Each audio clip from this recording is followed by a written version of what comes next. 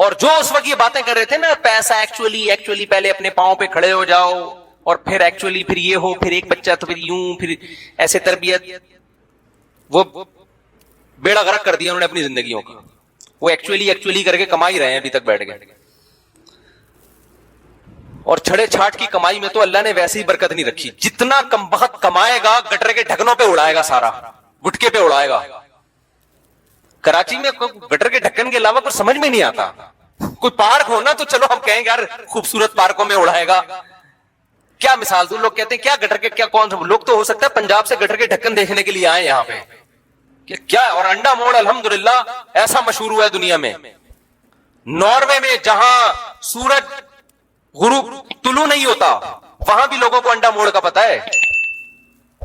اللہ نے ایسی تنہائی ہماری دور کی کہ ہماری تنہائی بھی دور ہوئی، اور جہاں ہم رہتے ہیں وہ جگہ بھی اننون نہیں رہی ہے. پوری دنیا میں پتا چل گیا. گوگل سے پوچھو، سب سے پہلے انڈا موڑ بتائے گا آپ کو. سمجھتے ہو کہ نہیں سمجھتے؟ تو انڈا موڑ والوں کا ہم پر بھی بہت بڑا، ہمارا انڈا موڑ پہ بھی بہت بڑا احسان ہے. کون جانتا تھا یار، میں نے جب پہلی دفعہ زندگی میں سنا انڈا موڑ پہ الفلاحی ہے مزے، میں نے کہا پتہ نہیں کون سا موڑ ہے یار، انڈے بٹتے ہیں وہاں پہ، کیا ہوتا ہے. 2006 کی بات کر رہا ہوں. تو میرے بھائی ہم جیسے نالائقوں کے ساتھ جب اللہ نے یہ معاملہ کیا ہے، ہم تو نالائق ہیں، تو جو لائق آپ جیسے نیک اور لائق لوگوں کے ساتھ تو اللہ اور نوازے گا آپ کو.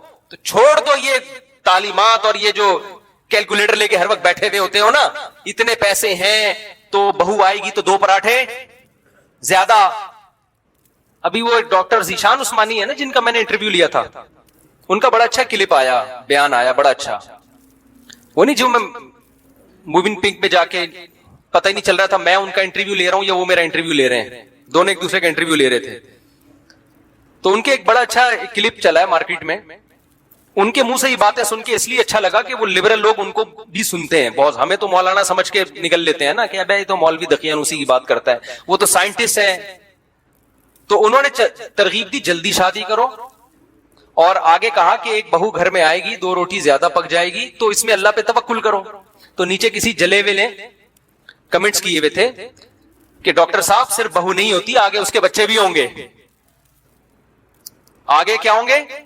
اس کے بچے بھی ہوں گے. تو میرا دل چاہ رہا تھا میں نیچے کمنٹ کروں صرف بچے نہیں، پھر آگے بچوں کے بچے بھی ہوں گے، پھر اس کے ان بچوں کی بیوی بھی آئے گی، پھر ان کے بچے بھی ہوں گے، پھر ان بچوں کے بچے بھی ہوں گے. تو لوگ مجھے کہیں گے نا یہ مولوی پاگل ہو گئے، کیا کر رہے ہیں، بچے بھی ہوں گے تو بچوں کے بچے بھی ہوں گے، تو پھر بچوں کے بچے، پھر بچوں کی تعلیم. تو لوگ کہیں گے نا پاگل ہو گیا ہے کہ اتنی دور کی کون سوچتا ہے. تو ہم بھی کہیں گے کہ پھر اس سے آگے کی مت سوچو، فی الحال ایک عدد بہو چاہیے نا، اتنی سوچو. جب آگے اس کی اولاد ہوگی تو آگے گراؤنڈ ریئلٹی چینج ہو چکی ہوگی، حقیقت چینج ہو چکی ہوگی. اس وقت تک وسائل بڑھ چکے ہوں گے اور رزق کے دروازے کھل چکے ہوں گے. یہ بھی تو کم بہت کچھ کرے گا نا، ہو سکتا ہے اس کی جاب لگ جائے. اتنی لمبی لمبی سوچتے ہیں یار، بچے ہوں گے پھر وہ کیسے پڑھیں گے، پھر وہ کیا کریں گے، اور سالہ وہ نکلتا کیا ہے اتنی پلاننگ کے بعد. جو پروڈکٹ مارکیٹ میں اتنی سوچنے کے بعد آ رہی ہے، اس پروڈکٹ کا حال تو دیکھو آپ جا کے، کیا کیا سوچا ہوا ہوتا ہے. 2 بچے ہوں گے تو پھر ایک یہ بنے گا تو دوسرا یہ بنے گا، نہ وہ یہ بنتا ہے نہ وہ پی رہا ہوتا ہے جا کے. وہ چرسیوں کے ساتھ ہمارے پاس تو کیسز آتے ہیں نا، زیادہ تر کیسز تو 2 بچوں والوں کے آ رہے ہیں، ایک لڑکا ایک لڑکی، نہ لڑکی کنٹرول میں اور نہ لڑکا کنٹرول میں. اس لیے کہ لڑکے کو بڑے بھائی کنٹرول کرتے، بڑے بھائی کچھ بڑا چھوٹے کی وجہ سے کنٹرول میں آتا، وہ سارا سیٹ اپ کیا ہو گیا، خراب. تو ایک عجیب ہی مصیبت ہے اور ایک عجیب تماشا بن گیا ہے سوسائٹی میں. تو ہم جو یورپ دیکھ کر آئے ہیں آپ کے سامنے ہم نے شیئر کر لیا. اچھی سڑکیں، ایک لطیفہ سنا کے بیان ختم کر دوں. اچھی سڑکیں، ڈیولپمنٹ کا کام بہت، بے روزگاری کا الاؤنس، سب کچھ ہے، مگر مزہ پھر بھی نہیں. سوشل لائف بولو، محبتیں مارکیٹ سے شارٹ. اپنے باپ کو ایک چائے کی پیالی بھی نہیں پلائی جاتی، وہ بھی جب پلائی جائے گی جب بیٹے کا باپ سے کوئی مفاد ہو، اور وہ بھی جب باپ ہو. ورنہ بہت سو کے ابا مارکیٹ سے شارٹ ہیں. تبھی ڈپریشن اور اسٹریس اور خودکشیاں. بوڑھی عورتوں کے میں سے کسی کے ساتھ میں نے کوئی بندہ گھومتا ہوا نہیں دیکھا, یا تو اس کا بڈھا میاں ہوگا یا کتا ہوگا. یعنی عورت کے ساتھ میاں نہیں ہے تو اس کا آلٹرنیٹ کیا ہے؟ کتا ہے. میں نے ایک بیان میں کہہ دیا تھا کہ کتے مت پالو, بیویاں اور بچوں کو پالو. اس کو کتنا نیگیٹو لوگ لے کر گئے نا کہ اس نے عورت کو کتے سے تعبیر کیا, حالانکہ وہ مقصد نہیں تھا. بیان میں غلط قسم کی ایڈیٹنگ ہوئی ہے. بیان کا میرا مقصد یہ تھا کہ انسانوں کو پالو, جانوروں سے زیادہ کس کو فوکس کرو. عورت کی قدر بڑھانا مقصد تھا کہ عورت پالو. پالنے کا لفظ یہ صنعت مشاکلت کہلاتا ہے. آپ کہہ سکتے ہیں پالت کوئی جانور تھوڑی جو اس کو پال رہے ہیں, اس کو صنعت مشاکلت کہتے ہیں. کہ پالنے کا لفظ میں نے وہاں سے لیا ہے ادھار. جیسے قرآن میں آتا ہے وَمَكَرُوا وَمَكَرَ اللَّهُ, یہ لوگ مکر و فریب کرتے ہیں لیکن اللہ بھی ایک مکر کر رہا ہے. حالانکہ اللہ مکر تھوڑی کرتا ہے, لیکن یہاں چونکہ مکر کا لفظ استعمال ہوا ہے تو یہ ایک بلاغت کا نقطہ ہے کہ فوراً اس کی نسبت کس کی طرف کر دی؟ اللہ کی طرف کر دی, کہ ان کے مکر کا جواب دیتا ہے. تو ہم نے کہا کتے مت پالو, بیوی بچوں کو پالو. اس کا مطلب یہ نہیں کہ ہم بیوی بچوں کو معاذ اللہ کتے سے تشبیہ دے رہے ہیں. مطلب یہ کہ انسان کے پالنے کی ویلیو ہے, نہیں پالو گے تو جانور پالنے پڑیں گے تمہیں. اس کا ہمارے لبرل لوگوں نے اتنا غلط میسج چلایا کہ دیکھو یہ آدمی عورتوں کی توہین کر رہا ہے, عورتوں کو کتوں سے تشبیہ دے رہا ہے, اور یہ اس طرح کی باتیں کرتا رہتا ہے. کتنا غلط میسج چلایا گیا ہے. جو آدمی آپ کو جانوروں سے ہٹا کے عورت کی کفالت کا حکم دے رہا ہے وہ عورت کی توہین کر رہا ہے, عورت کی عزت بڑھا رہا ہے. وہ تمہیں کہہ رہا ہے کہ کتوں سے تنہائی دور نہ کرو. اللہ نے عورت کو مرد کے لیے, مرد کو عورت کے لیے اور آپ کو اولاد کے لیے پیدا کیا ہے, ان سے تنہائی کو دور کرو. لیکن جن لوگوں کے دل میں ہم سے نفرت ہے, جن کو ہمارے نظریات سے اتفاق نہیں ہے, وہ کیا کرتے ہیں؟ وہ ایڈیٹنگ کر کے ہر بات کو نیگیٹو لے کے جاتے ہیں. تو یہاں بھی میں آپ سے یہ عرض کر رہا ہوں کہ اگر آپ نے انسانوں کو نہیں پالا تو ہماری خواتین نے بر وقت شادی نہیں کی, اولاد نہیں ہوئی, تو بڑھاپے میں میاں کی جگہ کیا پالیں گی میرے بھائی؟ کتا. آپ کو نہیں کہہ رہا میں, کتے کو کتا کہہ رہا ہوں, آپ کو تھوڑی کہہ رہا ہوں. کیا پالنا پڑے گا آپ کو بڑھاپے میں؟ کیونکہ ہم نے دیکھا ہے بوڑھی عورت کتے کے ساتھ گھوم رہی ہے اور بوڑھا آدمی کتے کے ساتھ گھوم رہا ہے. تو ان کے ہاں میاں بیوی کا آلٹرنیٹ کیا ہے؟ کتا ہے. ہمارے یہاں نہیں ہے یہ. اب تک کی رپورٹ کے مطابق یا تو آپ کی بیوی ہے, بچے ہیں. اول تو بوڑھے مرد اور عورت اکیلے گھومتے ہوئے ویسے بھی اچھے نہیں لگتے. اکیلے گھومنے کی عمر ختم ہو گئی, اب آپ بچوں کے ساتھ جائیں, بچے ابا اما کو گھمانے لے کے جائیں. سمجھتے ہو کہ نہیں سمجھتے؟ عجیب سے لگ رہے ہوتے ہیں. بڈھا وہاں بیٹھا ہوا ہے, اس کی بڑھیا یہاں بیٹھی ہوئی, اکیلے کیا انجوائے کر رہے ہو یار تم؟ یہ تو انجوائے کرنے کی عمر بچوں کے ساتھ ہے. اب کیا پھول پیش کرے گا بھائی تو اس کو بیچاری کو؟ یہ بھی جو بڑے وفادار ہیں. تو آپ عورت نے وہاں کیا میاں کی جگہ کیا رکھ لیا؟ کتا. ہمارے ہاں اب کیا کروں, میری مزاح کی حس جاگ رہی ہے نا. ہمارے یہاں عورتوں نے کتوں کی جگہ ہم لوگ کو رکھا ہوا ہے. اب اس پہ کوئی کلپ بنا دے گا, مردوں کو کیا کہہ دیا؟ کتا. بنا لو یار, تمہارا کام ہی ہے اوٹ پٹانگ باتیں کرنا. لیکن ہم لوگ کو رکھا ہوا ہے کہ نہیں رکھا ہوا؟ نہیں رکھیں گی تو اس کا آلٹرنیٹ ان کے بھی کتے رکھنے پڑیں گے. تو کتوں کی جگہ انہوں نے کہا بہترین آپشن کیا ہے؟ ہم لوگ کو رکھ لیں. ہماری اوقات ہمارے گھروں میں کیا ہے؟ یہی اوقات شام 7 سے 8. خیر جی, اللہ تعالی ہمیں سمجھنے کی عمل کی توفیق عطا فرمائے. سبحانک اللہم و بحمدک نشہد ان لا الہ الا انت نستغفرک و نتوب الیک. یہ جو آج میں نے بیان کیا ہے اس میں تھوڑی سی ایک وضاحت سمجھ لیں خوب اچھی طریقے سے. میں نے بیان میں کہا نا شہرت ملتی ہے انسان کو, پیسہ بھی مل جاتا ہے, عزت بھی مل جاتی ہے, یہ سب چیزیں مل جاتی ہیں, ٹریولنگ بھی ہو جاتی ہے. لیکن خوب بات یہ اچھی طرح سے سمجھ لینی چاہیے کہ یہ چیزیں اگر نعمت ہیں تو اس وقت ہیں جب اللہ راضی ہو. اللہ راضی نہیں ہے تو قارون نے بہت پیسہ کمایا, فرعون نے بہت عزت کمائی, لیکن یہ شہرت, یہ عزت, یہ تباہی بربادی کا ذریعہ بن گئی.